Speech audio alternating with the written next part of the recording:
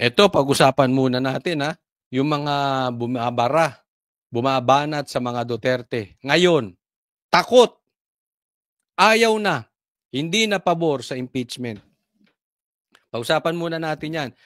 Bago natin pag-usapan mamaya yung awayan, meron po kasi akong nadinig from a reliable person. At ang sinabi niya, legit, nag-aaway na si Sandro Marcos at si Martin Nievera. Ay! Si Tambaluslos. Ay, si Speaker Martin. Okay? Sige, diretso po tayo. We don't have to be in a hurry. Okay? We can investigate more to be able to be more sure. In the 20th Congress, we can be more sure of the impeachment rather than today. Ayan. Ito sabi nito, naniniguro siya. Okay? Kasi yung ngayon, yung 19th Congress. Okay? Sabi niya, hindi tayo sure sa impeachment ngayon.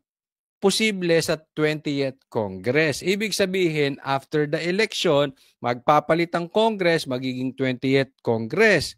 Okay? Kaya lang, ang sabi ng iba na mga nagtutulak ng impeachment, etong mga makakaliwa, itong mga NPA, itong mga dilaw, at kung sino-sino pa na mga adik, yan lang naman ang galit sa mga Duterte, mga adik at mga rebelde. Siyempre, yung mga dilaw. No? Ngayon na natin gawin. At sila ang atat dito, hindi pula. Sila ang atat dito. Ngayon na natin gawing 19th Congress, aabot pa yan. Kasi baka mamaya, iba na ang liderato sa 20th Congress. So sa mata ng dilaw, sa mata na itong mga NPA, malakas talaga ang kampo ng Duterte. Posibleng magkaroon ng numero ang mga Duterte kasi after the election. Kaya it's very, very important for us to campaign. I-campaign nyo na wag iboto etong mga naninira sa mga Duterte. Etong mga pabor at binibigyan ng ang mga NPA, ang mga komunista ay binibigyan ng leeway. Binibigyan ng pagkakataon makabalik. Kasi alam nila, babanatan sila ng Duterte at alam nila, malakas ang mga Duterte, posibleng makakuha tayo ng numero. Yan po ang challenge sa atin, especially sa Congress at sa Senate. Sa mga congressman at senador na iboboto ninyo, you make sure may paninindigan. Hindi yung ang inaasikaso ay paninira sa Duterte katulad ng mamang ito. Okay? Ramdam nila yon. Ito naman si Abante, ang para sa kanya, since tatakbo siya, okay? Magiging rin siya, re-electionist. So tatakbo ito si Abante. At itong katulad ni Abante, ang karamihan na sentimiento ng mga congressman, mga re-electionist tatakbo, wag na nating gawin ngayon. After the election, alam nyo kung bakit? Nakita nila yung power ng iglesia, especially sa local. Kasi pagdating sa local, malakas po ang iglesia ni Kristo. Lalo na, halimbawa, kunwari siya, Maynila. Ang lakas sa Maynila ng iglesia ni Kristo. So kung ikaw ay tatakbo, dehado ka. Kaya ngayon ang mga kongresista dumidistansya. Kaya samantalahin natin, this is a very special stage of our life na napakaganda for us. Election time. Dito lang tayo tinitingnan ng mga politiko. After the election, basura na ang tingin nila sa atin. Kaya indeed, this is a special stage, special chapter of our life. Election time. Kaya kita mo ang katulad ni Abante na sobrang yabang sa Duterte, gustong ipagpaliban. Kasi tatamaan siya. para sa akin, huli na, ikampanya nyo, wag nyong iboboto itong mama na ito. Kasi binakbakan nito si PRRD. Okay? At hindi lang siya, ganyan din ang sentimiento ng marami na kongresista. Kaya walang pumirma. Kasi pwede namang pabilisin eh. Hindi, pwede nang i-shortcut to, yung impeachment. Ang kailangan nila, 1/3 of the votes lang ng Kamara, ng Congress. Ang congressman ay 307 po. So ang 1/3 nun is 103 lang. Kokonti pipirma, maisasampa ng impeachment, pupunta na sa Senado, pag-iimbestigahan na, matulin po yun. Pwede nilang pabilisin. Ang problema, walang gustong pumirma. The 20th Congress, we can be more sure of the impeachment. No. Rather than today. Wala pang lumalapit kay Kayo, di kayong apat. Lalo ka na Pedwano, lagi kang galit. Pinakulong mo pa.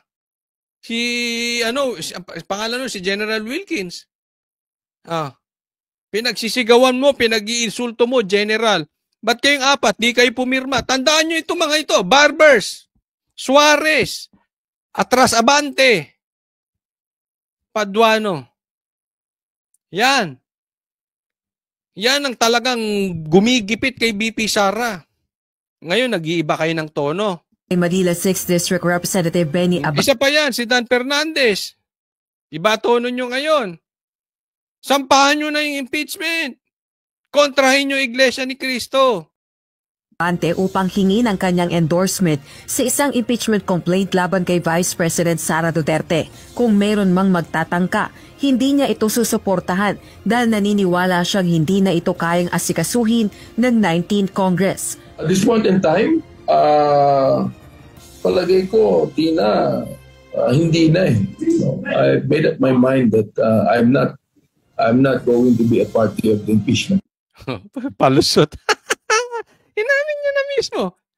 Hindi siya magiging part ng impeachment. Di ba? Alam niyo, tono nito, tono na ng Quadcom. Ganyan na karamihan. Malamang ang mga congressman na bumabanat kay BP Sara, ganyan na tono. Anong sisisihin? Hindi na, kulang na sa oras. Of course!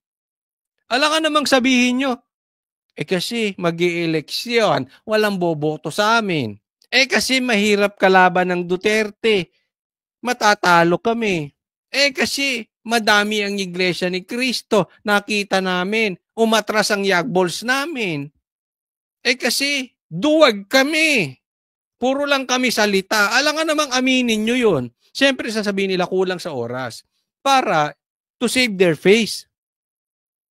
Maalis sa kahihiyan ang makakapal nilang pagmumuka. Pero ganyan na yun. Because it's too short a time. And I think that we're not the first. Naniniwala ba kayo sa taong ito?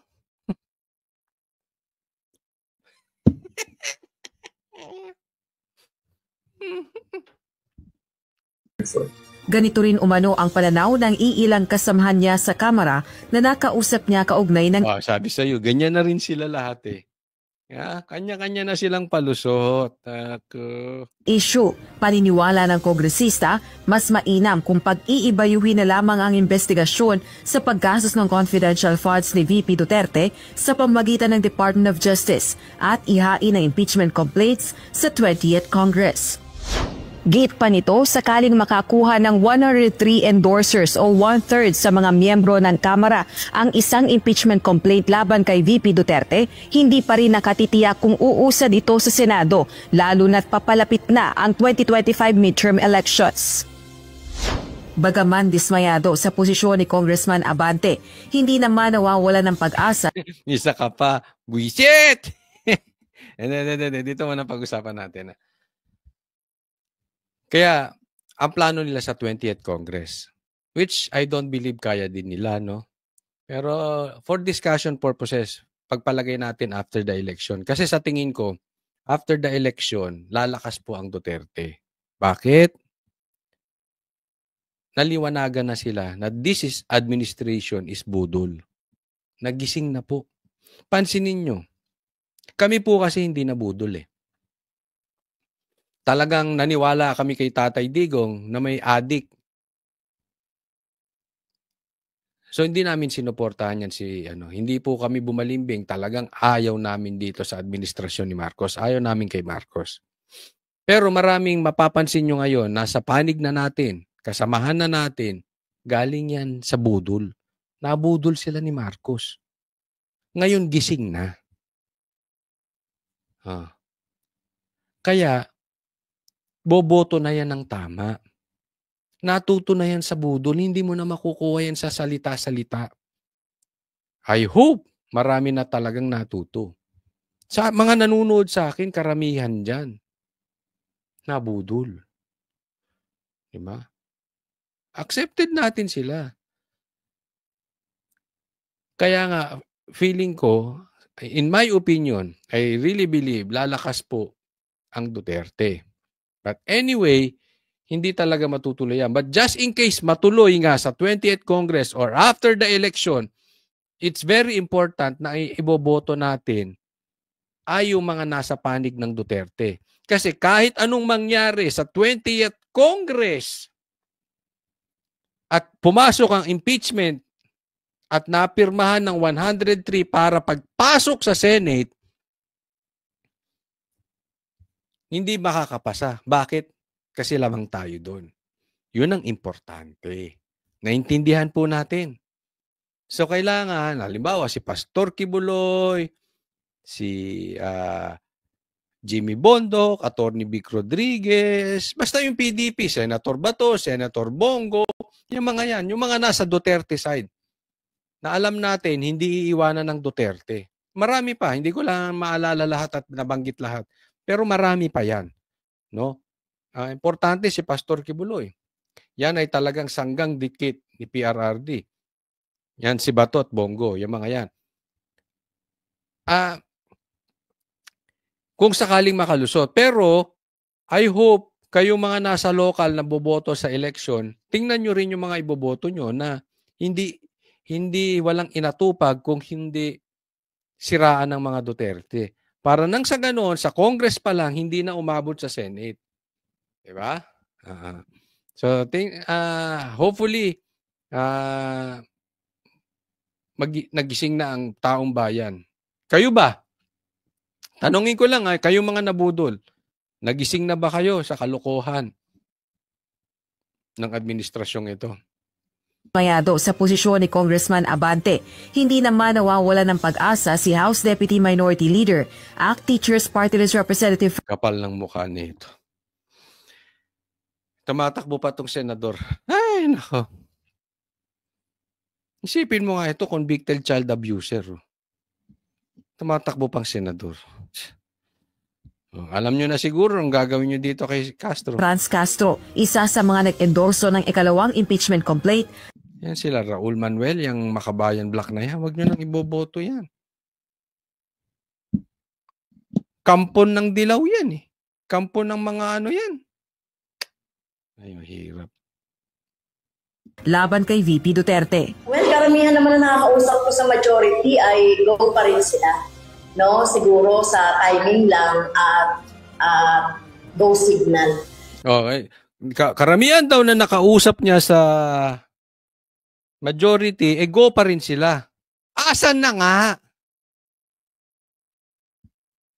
Ninoloko ka ng mga kasamahan mo, iniiwan ka sa ere. Ang tagal nilang binild up yung paninira kay BP Sara, may pagdinig-dinig pa sila kay PRRD, may pagdinig-dinig pa sila kay BP Sara. Wala din naman. Pagdating sa impeachment, iniiwan ka sa ere, nga. Ginawa kang tanga ng mga kasamahan mo. O ngayon, sinasabihan ka pala, ginagawa ka pala lalong tanga. Ano sinasabi ng mga kasamahan mo dyan sa majority daw? Go pa rin sila. Madaling magsalita, oo, go ako. Ang tanong, committed ba sa'yo sila? Di kung committed yan, nakapirma yan. Di ba? Niloloko ka niyan lantaran. Ikaw naman, nagtatanga-tanga, nagpapaloko. Huwag ka maniniwala, mga politiko yan. Para ka namang hindi politiko, napaka-gullible mo. Sabi, go sila. Oh. nung kanilang nung majority, yung leadership ng majority. Hindi rin tayo nakakasigap siguro kasi sa 20th Congress kung ang magiging decision pa rin ay for impeachment. Yan yung sinasabi natin, di ba? Yan ang takot nito mga ito, kaya minamadali. At sila ang tatamaan, yung mga dating tulad ni Dilima na dating nakakulong at ito may mga kaso, katulad nitong si Castro. Magbago na rin. Kasi alam naman natin may 1-year ban. Pag sinimulan ba ngayon, magiging kadugtong nung pag-assume ng bagong Kongreso after the elections? Yan yung katanungan ng marami. Because it will be a different composition. We will have different chairmen. Ito yung mga bagay na tinatanong. Kasi kung kadugtong siya, pwede. Pero kung hindi siya kadugtong, ang doon nga yung tanong, nakakayanin ba with the... Sa akin, kay kadugtong o kay hindi kadugtong, hindi kayo magtatagumpay. Ito, honest opinion ko. Whether the 19th Congress or the 20th Congress, hindi kayo magtatagumpay. Alam nyo kung bakit? Una, malinis si BP Sara. Pangalawa, madumi yung mga nagsasampa ng impeachment kay BP Sara, madumi. Pangatlo, ang lakas ng supporters ng mga Duterte. So again, whether 19th or 20th Congress, hindi kayo magtatagumpay. Whether karugtong or hindi kadugtong. Kaya nga gusto ko isampan nyo ng impeachment eh. Gusto ko kayong pagtawanan. time constraint. Gagawa naman ng mga pagkilos sina Congresswoman Castro upang makumbinsi ang mga kasamahan sa Kongresong aktuhan ang impeachment complaint. Nako, kukumbinsi, gagawa daw sila. Sa tingin mo, gagalaw yan sa'yo, Castro? Oo, kakampi mo yan sa hearing. Meron ka ba nito? Meron ka niyan? Gagalaw yan in favor of you? Hello. Good luck. Kung gagawa ka na hakbang para kausapin sila at pirmahan, ay sige, good luck. Tingnan nyo, hanggang ngayon walang pumipirma. Sa June 2025, nakatakda ang adjournment ng sesyon ng 19th Congress. Rosalie Cruz. Ito po, pag-usapan natin, awayang Sandro at Martin. Next topic po tayo. Okay, ito pag-usapan natin. Naalala nyo na nung nakaraan ay nag-speech ito si Sandro at sinabi niya bakante yung posisyon. Dinideclare niyang vacant yung posisyon ni Zaldico. Okay, at anong sabi ko doon? Drama yan. Drama. Style ni Amy yan eh. Kunwari ganito, kunwari maka-Duterte sila, pero magkakasabwat sila nasa posisyon. It's another acting. Pero kanina po may nakausap po ako. At sabi niya, hindi, Coach Oli, lihito mo.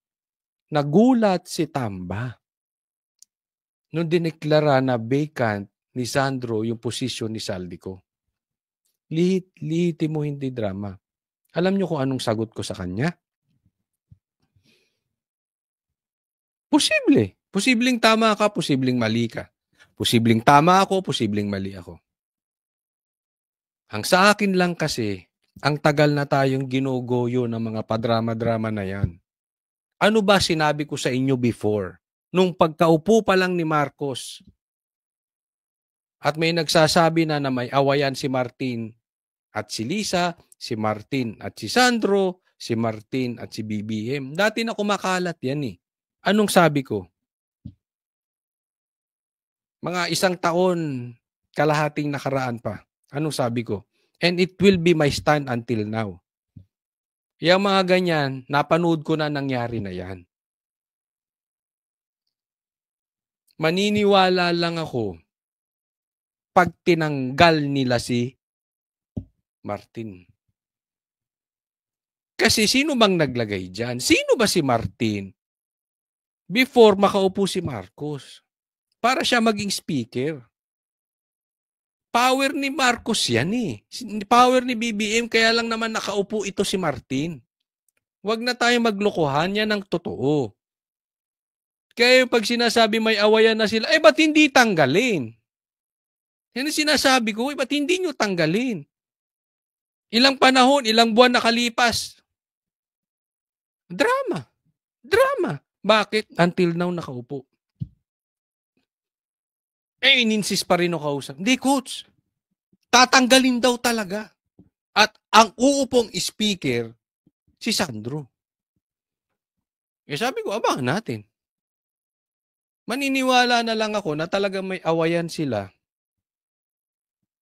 kung matatanggal si Martin. Kasi alam nyo, ang laki na talaga ng salot na nadulot ni Martin dito sa ating bansa. Saan na na-focus ang ating Congress? Etong 19th Congress, saan na na-focus? Hindi na sa trabaho Sa paninira na sa Duterte, pag-iimbestiga ng Duterte at sa pamimigay ng ayuda. Hindi aangat ang Pilipinas sa ganyang gawain. That is not a trait of a leader. That is a trait of a politician. Ang pangit po. Hindi ko sinasabing pabor ako kay Sandro. Ang pinupunto ko lang ngayon, until makita ko na tinanggal nga si Martin, that is all drama, magkakasabwat sila, galawang sindikato po yan. Yun lang ang punto dyan. Kasi parang pinapahagat tayo O ano sinasabi ni Amy? Siya ay makasara, siya ay nasa panig ng Duterte. Kung ikaw ay talagang nasa panig ng Duterte, ang tagal kino-call out ni PRRD na yung kapatid mo ay bangag, bakit hindi mo i-call out magpa-drug test? Ganyan ang ginagawa ni Amy. It's all drama. Bad cop, good cop lang sila. I'm not in favor of Amy. Ayoko nga dumikit yan Hindi ako kasama doon sa nagkukunwaring maka-PRRD pero maka-Amy Marcos. May mga trolls po yan. Mga supporters si Amy. May mga supporters yan. Maka-PRRD, maka-Duterte do, and yet maka-Amy. Diba? Ano nangyari? Sino bang pumilit kay BP Sara? Sila Amy. Sino bang naging daan para sa magbudol? Di ba si Amy? Bakit ngayon wala siya magawa sa kapatid niya? Ang sasabihin lang niya, dikit siya ng dikit kay Sara. Anong tawag ko ron? Drama. And I will still stand doon sa sinabi ko that yung awayan nitong dalawa, yung pagkakatanggal ni Zaldico ay drama. Well, kinikwento ko lang yung sinabi sa akin nung kausap ko. Hindi. Nagulat daw. Nagulat daw talaga si at nagalit si Martin kay Sandro. Well, abangan na lang natin. Kung totoo nga. Totoong nagulat siya. Kasi gasino ba naman tanggalin ito ni BBM Pero hanggang nakaupo ito, lahat ng ginagawa nyo drama.